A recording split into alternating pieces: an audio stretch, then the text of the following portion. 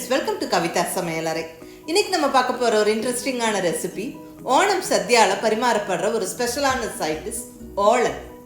ஒரு அருமையான டிஷ்ங்க இது. இது ரொம்ப சிம்பிளான ரெசிபியும் கூடங்க. இதில் நம்ம எந்த மசாலா பொடியும் சேர்க்க போகிறதில்ல, ஸ்பைசஸ் எதுவும் சேர்க்கறதில்ல. பட் ரொம்ப நல்ல ஒரு டேஸ்ட் இருக்கும். ஒரு அருமையான ஒரு ஃப்ளேவருங்க இது.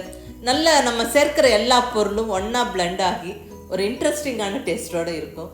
இது ஒரு மஸ்ட் ட்ரை டிஷ்ன்னு சொல்லுவேன். இது கண்டிப்பாக ஒரு ஹெல்த்தியான டிஷ்ஷும் கூடங்க. ஏன்னா இதோட மெயினான பொருட்கள் என்னென்னா நல்ல நார்ச்சத்து நீர்ச்சத்து நிறைந்த வெள்ளை பூசணிக்காய், கூடவே நல்ல ஒரு புரோட்டீன் சத்து நிறைந்த காராமணி பருப்பு. நான் ரசித்து கற்றுக்கிட்ட அந்த கேரளா ஸ்பெஷல் ஓலன் ரெசிபியை தான் உங்களோட இன்றைக்கி ஷேர் பண்ணிக்க போகிறேன். நீங்களும் மிஸ் பண்ணாமல் ட்ரை பண்ணி பாருங்கள். வாங்க ரெசிபி எப்படின்னு பார்க்கலாம். இங்கே ஒரு சின்ன கப் அளவுக்கு காய்ந்த காராமணி பருப்பு எடுத்துருக்குறேங்க. இங்கே கோயம்புத்தூர் சைடு நாங்கள் இதை தட்டைப்பயிறுன்னு சொல்லுவோம். இது கிட்டத்தட்ட ஒரு 100 கிராம் இருக்குங்க. இந்த பருப்பை நான் நல்லா கழுவிட்டு ஓவர் நைட் ஊற வச்சு எடுத்து வச்சுருக்கிறேன். ஸோ நல்ல ஊறின காராமணி பருப்பு இங்கே ரெடியாக இருக்குது. இப்போ இதை குக்கரில் சேர்த்து வேக வச்சிடலாம். ஊறின காராமணி பருப்பை இப்போ கம்ப்ளீட்டாக குக்கரில் சேர்த்தாச்சு. 1 டம்ளர் அளவுக்கு தண்ணி சேர்த்துக்கிறேன். தண்ணி இப்படி இந்த பருப்பு மூழ்கிற அளவுக்கு மட்டுமே சேர்த்துக்கங்க.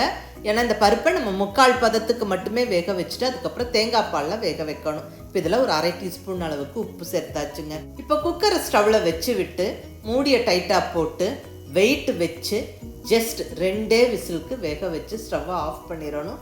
ஹை ஃப்ளேமில் ஜஸ்ட் 2 அந்த ஸ்டீம் ப்ரெஷர்லாம் போகிற அந்த டைமில் நம்ம இந்த வெண்பூசணிக்காவை கட் பண்ணி ரெடி பண்ணிக்கலாங்க. இங்கே நான் ஒரு 1/2 கிலோ அளவுக்கு வெள்ளை பூசணிக்காய் எடுத்துருக்கிறேன். மேலே இருக்கிற அந்த விதை பகுதிகளை நீக்கியாச்சு. கீழே இருக்கிற இந்த தோல் பகுதியும் நீக்கிட்டு சின்ன சின்ன பீசஸாக கட் பண்ணி எடுத்து வச்சுக்கணும். பாருங்கள், இந்த அளவுக்கு சின்ன சின்ன பீசஸாக கட் பண்ணி ரெடியாக எடுத்து வச்சாச்சுங்க. இப்போ இங்கே பூசணிக்காய் ரெடி. 2 விசில் வந்து அந்த ஸ்டீம் ப்ரெஷர்லாம் போக்கி அந்த காராமணி பருப்பு ரெடி ஆகிடுச்சுங்க. பாருங்கள், தண்ணி ஈக்குவலாக போயிடுச்சு. 3/4 பதத்துக்கு 2 விசிலில் பருப்பும் நல்லா வெந்துருச்சு. அடுத்ததான் நமக்கு தேவைப்படுற பொருள் தேங்காய் பால். இங்கே 2 விதமான தேங்காய் பால் எடுத்து வச்சுருக்குறேங்க. ஒரு பெரிய தேங்காயில் ஒரு 1/2 மூடி தேங்காய் துருவி பால் எடுத்துருக்குறேன். இது வந்து 2ஆவது தேங்காய் பாலுங்க, அதாவது தின்னான தேங்காய் பால். அடுத்தது இது வந்து ஃபஸ்ட்டாக எடுத்த தேங்காய் பால். இது நல்லா திக்காக இருக்கும். இது வந்து நம்ம ஃபைனலாக ரெசிப்பியில் சேர்த்துக்க போகிறோம். இப்போ இந்த 2ஆவதாக எடுத்த தேங்காய் பாலில் நம்ம பூசணிக்காவை வேக வச்சு எடுத்துக்கணும். இப்போ இங்கே கட் பண்ணி ரெடியாக வச்சுருக்கிற பூசணிக்காயை கம்ப்ளீட்டாக ஒரு அடிகனமான கடாயில் சேர்த்தாச்சுங்க. இப்போ இதில் அந்த 2ஆவதாக எடுத்த தேங்காய் பால், அதாவது நல்லா தண்ணி மாதிரி இருக்குது, அந்த 2ஆம் தேங்காய் பாலை ஊற்றிடலாம். பூசணிக்காய் கம்ப்ளீட்டாக தேங்காய் பாலில் தான் வெந்து வரணும். இப்போ இதோட பச்சை மிளகாய் சேர்த்துக்கலாங்க. ஒரு 4-5 பச்சை மிளகாவை இப்படி சன்னமாக நீளமாக கட் பண்ணி சேர்த்துக்கிறேன். அடுத்ததாக ஒரு துண்டு இஞ்சியை இப்படி சன்னமாக கட் பண்ணி நம்ம இந்த பூசணிக்காய் பச்சை மிளகாவோட தேங்காய் பாலில் சேர்த்து விட்டுருவோம்.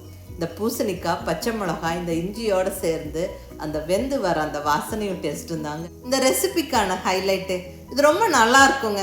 ரொம்ப ஒரு சிம்பிளான ரெசிபி தான், ஒரு சிம்பிள் ஃப்ளேவர்ஸ் தான். பட் இதெல்லாம் ஒன்று சேர்ந்து வரும்போது அது ரொம்ப இன்ட்ரெஸ்டிங்காக இருக்கும். இதை நீங்கள் கண்டிப்பாக ட்ரை பண்ணி பாருங்கள். இது நல்லா வெந்து வரட்டுங்க. அதாவது அந்த பூசணிக்காய் அந்த தேங்காய் பாலில் நல்லா வெந்து வரணும். ஒரு 4-5 நிமிஷம் விட்டுருங்க. இப்போ ஓப்பன் பண்ணுறோம். பாருங்கள், அந்த தேங்காய் பால் நல்லா சுண்டி இருக்குது. பூசணிக்காய் ஓரளவுக்கு நல்லா வெந்துருச்சு.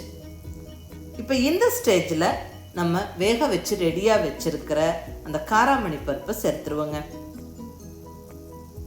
இப்போ 3/4 பதம் இந்த காராமணி பருப்பு இந்த தேங்காய் பாலோடு சேர்ந்து இன்னும் கொஞ்சம் வெந்து வரட்டும். இப்போ இந்த ஸ்டேஜில் மிஸ் பண்ணாமல் தேவையான அளவு உப்பு சேர்த்துருவோம். ஏற்கனவே காராமணி பருப்பு வேக வைக்கும் போது உப்பு போட்டிருக்கிறோம். அதை ஞாபகம் வச்சுட்டு டேஸ்ட் பண்ணி பார்த்துட்டு மீதி உப்பை சேர்த்துக்கங்க. ஒரு வாட்டி நல்லா எல்லாம் கலந்து விட்டுட்டு அகைன் இந்த பாத்திரத்துக்கான மூடியை போட்டு விட்டுருவோம். ஒரு 2-3 நிமிஷம் நல்லா கொதிச்சு இன்னும் கொஞ்சம் இந்த தேங்காய் பால் வற்றி வரட்டும்.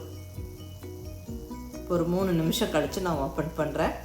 பாருங்கள், அந்த தேங்காய் பால் இன்னும் கொஞ்சம் ரெடியூஸ் ஆகிருக்கு. அந்த காய் பருப்பெல்லாம் இன்னும் நல்லாவே வெந்துருச்சு. ரொம்ப குழஞ்சு போகாமல் பர்ஃபெக்டாக வெந்திருக்குங்க. இப்போ இந்த ஸ்டேஜில் நம்ம எடுத்து வச்சுருக்கிற மொதல் தேங்காய் பால், அந்த திக்கான கெட்டியான தேங்காய் பாலை இதில் சேர்த்துருவோம். சேர்த்து விட்டு நல்லா ஒரு வாட்டி கலந்து விட்டுறலாம். இதுக்கப்புறம் ஸ்டவ்வை கண்டிப்பாக மீடியம் ஃப்ளேமில் வச்சுக்கணும். தேங்காய் பால் சேர்த்ததுக்கப்புறம் அடுத்ததாக இதில் பச்சை தேங்காய் எண்ணெய் 1 டேபிள் ஸ்பூன் அளவுக்கு சேர்த்துருவோங்க. அதாவது இந்த ரெசிபிக்கு தாளிப்பு இல்லை, ஜஸ்ட் அந்த பச்சை தேங்காய் எண்ணெயை மேலால் 1 டேபிள் ஸ்பூன் ஊற்றி விட்டு நல்ல ஃப்ரெஷ்ஷான கருவேப்பிலையை மேலே போட்டு விட்டு டக்குன்னு இந்த பாத்திரத்தோட மூடியை எடுத்து வச்சு விட்டுறோனுங்க. 1 நிமிஷம் மட்டும் ஸ்டவ்வை மீடியம் ஃப்ளேமில் வச்சு லைட்டாக ஒரு கொதி வர ஸ்டார்ட் ஆகும்போது ஸ்டவ்வை ஆஃப் பண்ணிடணும். உடனடியாக மூடியை திறக்க வேண்டாங்க. அப்படியே ஒரு 5-6 நிமிஷம் விட்டுருவோம். அந்த சூட்லேயே அப்படியே இருக்கட்டும். அந்த தேங்காய் பால், தேங்காய் வாசனை, அந்த கருவேப்பிலை வாசனை எல்லாம் உள்ள அப்படியே பிளெண்ட் ஆகட்டும். ஒரு 5-6 நிமிஷம் கழித்து மூடியை திறந்து நல்லா கலந்து விட்டுட்டு எடுத்து பரிமாறிடலாம். அவ்வளோதாங்க, அருமையான ஓலன் ரெடி ஆயிடுச்சு. அந்த தேங்காய் பாலோட வெந்த அந்த காய்கறிகள் கூடவே அந்த தேங்காய் கருவேப்பிலை வாசனை எல்லாம் ஒன்று சேர்ந்து ஒரு இன்ட்ரெஸ்டிங்கான டேஸ்ட்டோடு இருக்குங்க. இது மிஸ் பண்ணாமல் நீங்கள் ட்ரை பண்ணி பாருங்கள். ரொம்ப ஒரு ஹெல்த்தியான டிஷ்ஷுங்க. அதாவது நார்ச்சத்து நீர்ச்சத்து நிறைந்த பூசணிக்காய், நல்ல புரோட்டீன் சத்து நிறைந்த காராமணி, சத்தான தேங்காய் பால், தேங்காய், இதெல்லாம் தான் நம்ம மெயினாக சேர்க்கிற பொருட்கள். பெருசாக மசாலா பொடியெல்லாம் எதுவுமே இல்லைங்க. பட் நல்ல ஒரு இன்ட்ரெஸ்டிங்கான டேஸ்ட்டும் வாசனையும் இருக்குங்க. எனக்கு இந்த கேரளா ஸ்டைல் ஓலன் சமைக்கும் போதெல்லாம் திருநெல்வேலி சொதிக்குழம்பு ஞாபகம் வரும். எனக்கு கிட்டத்தட்ட அதுவும் இதே மாதிரி ரெசிபி தாங்க. அதில் நிறைய விதவிதமான காய்கறிகள் சேர்த்து செய்வோம்.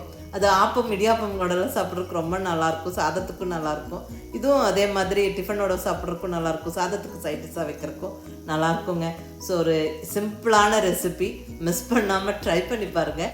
செஞ்சு பார்த்துட்டு உங்கள் ஃபீட்பேக் சொல்லுங்கள். பிடிச்சிருந்தா லைக் பண்ணி, ஷேர் பண்ணி, கமெண்ட் பண்ணுங்கள். கவிதா சமையலறை சப்ஸ்கிரைப் பண்ணி என்னுடைய மற்ற ரெசிபிஸும் வீடியோஸும் பாருங்கள். தேங்க்யூ.